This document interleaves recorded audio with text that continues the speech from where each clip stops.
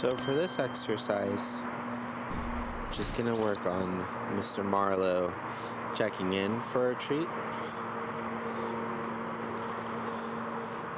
sustaining and holding attention, and then releasing again so he can go and explore.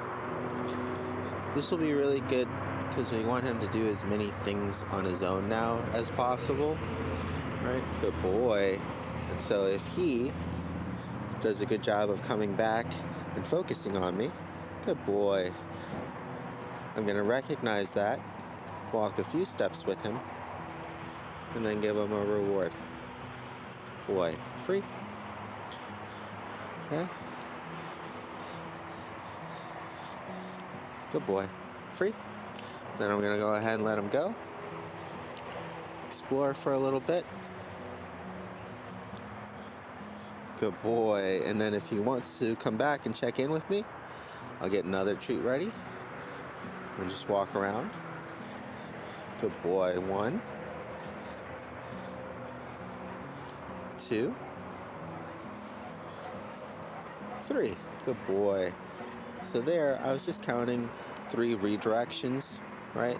He got distracted by things. He refocused on me, by himself. And after the 3rd time, he got a reward, right? So I'm not asking him for sustained focus at this time. Good boy. He felt the leash pressure and he came back. So we'll go ahead and practice again. Now that I have his attention, we'll practice you holding on to it. 1. Good boy. 2. Oh, careful. 3. This time we'll count up to 5. 4. Good boy. 5. And then he'll get a reward. The leash is unlocked. You always want to make sure that you're ready to lock it if you're in an environment that may, be hazardous for him. It's pretty nice out right now, weather-wise, and it's kind of slow. So it's relatively safe, but, always want to be ready to lock the leash if necessary. Good boy. So there, once again, he went and checked out some smells and came back to me on his own. So we're going to go ahead and start practicing again. The leash is unlocked. He's just staying next to me because he wants to be next to me, which is perfect. Good. 1. Good boy. 2. He got distracted. 3. Oh, very good. Good boy. 4. Good job. And 5. Good boy. You can give him the treat. Go ahead and release him. Good boy. Go ahead.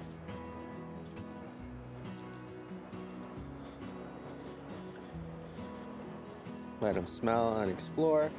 Of course, we don't want him to go into any yards that he's not allowed in, so we'll use some leash pressure there.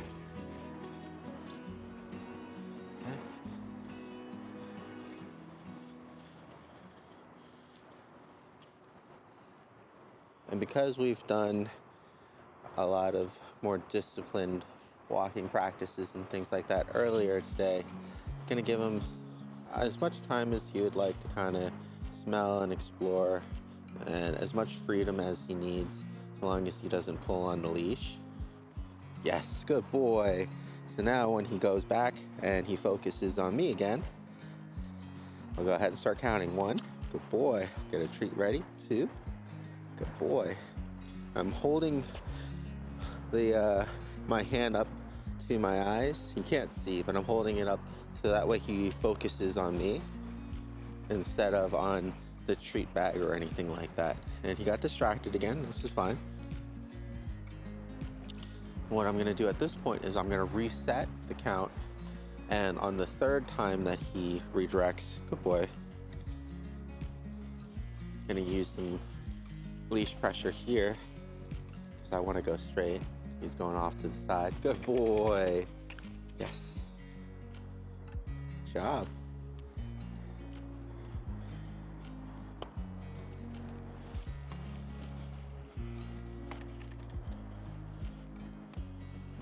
Okay, he's about to hit the end of the lead there. I'll make sure that he does something. Good boy. Very good. If he redirects, perfect. If he ignores it and continues pulling, then we'll have to give him a correction or pull or, call his name, something to make sure that that impact on the leash um, happens, right? He just isn't able to continue to ignore the pressure on the lead. Good boy, and that's 3. Good job. All right, free.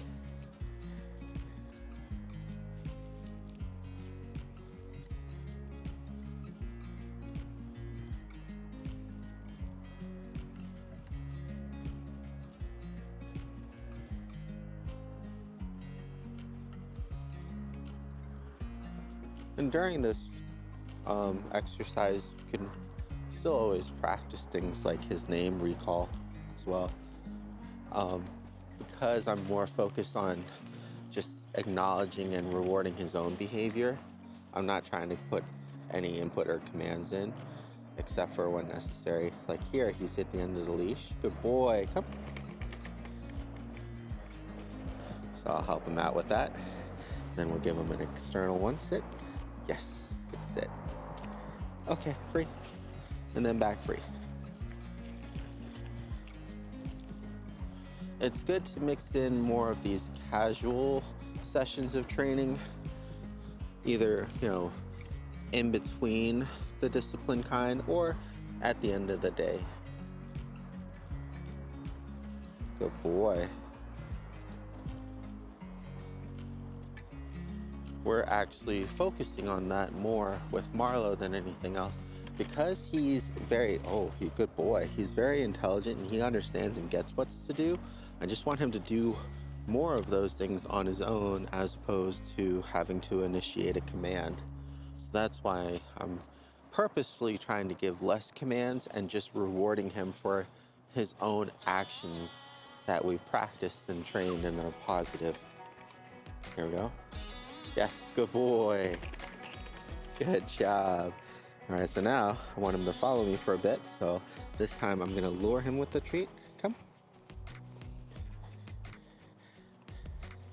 With me. Good boy. And we're gonna do a little bit of heel exercise. Add in a little bit more of that structure. Yes, good boy. Marlo. Yes, good boy. Okay, sit. Come. There you go. Good job. All right, free. And then let him back again.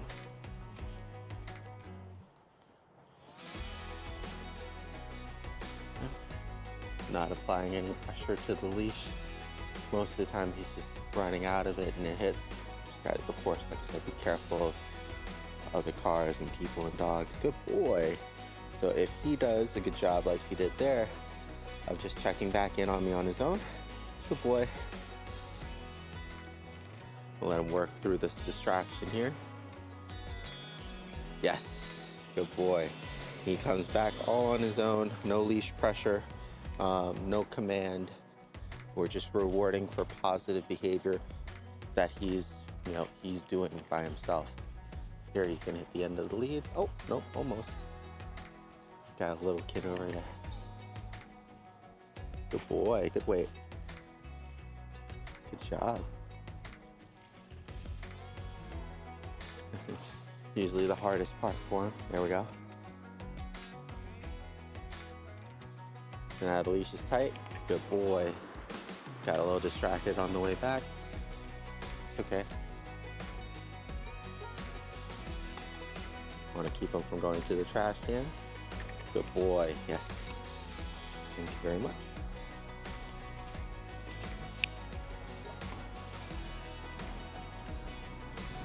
So behavior is all on his own.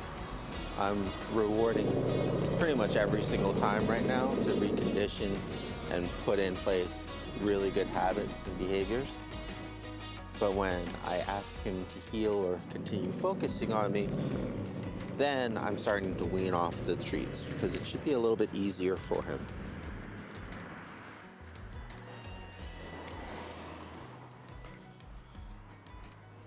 Okay, once again.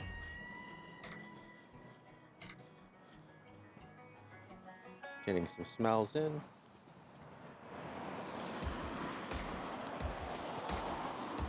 just to kind of showcase and switch things up before the end of the video here, we'll do name practice for recall.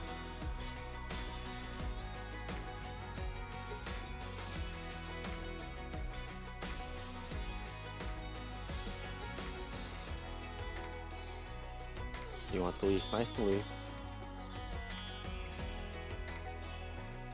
letting them kind of get distracted by the environment, get a certain distance away, either be in front or behind him. If we're in front of him, it can make it a little bit easier, because when he turns around, he'll see us. Whereas behind him might be a little bit harder, because then he has to kind of completely turn around. Marlo. So there, he was too busy smelling and didn't respond to the name. Now that he's not smelling, good boy, thank you very much. He's able to register and complete the task. And that's why it can be really difficult sometimes and tempting for a lot of parents to kind of rapid fire commands in or their name. You want to give them some time, and what can really help in these cases here is verbalizing what's going on, right? We said his name, we gave him an opportunity. It seems like he's distracted with whatever smell that he is. Let's see after he's done with that smell if he redirects his focus and comes back to us, or if we need to say his name again to get his attention, right?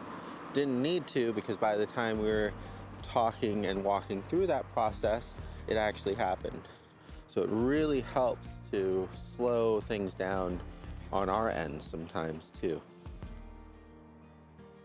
Good boy.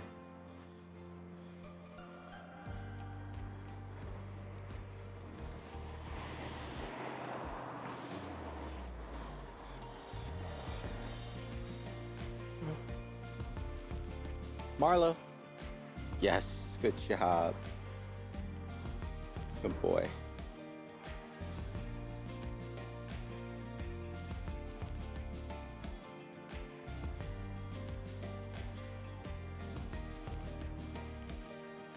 We're gonna do another round or two around the block, just alternating between him triggering a response from the leash by running out of it, or just checking back in on his own, and then rewarding him for it, and then also just practicing some good name recall.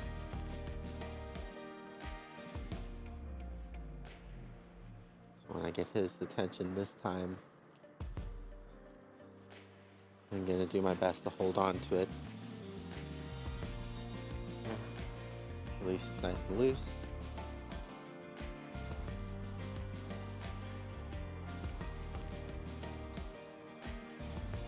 Marlo, come. Good boy. With me? With me? Good. Heel. Good. Heel.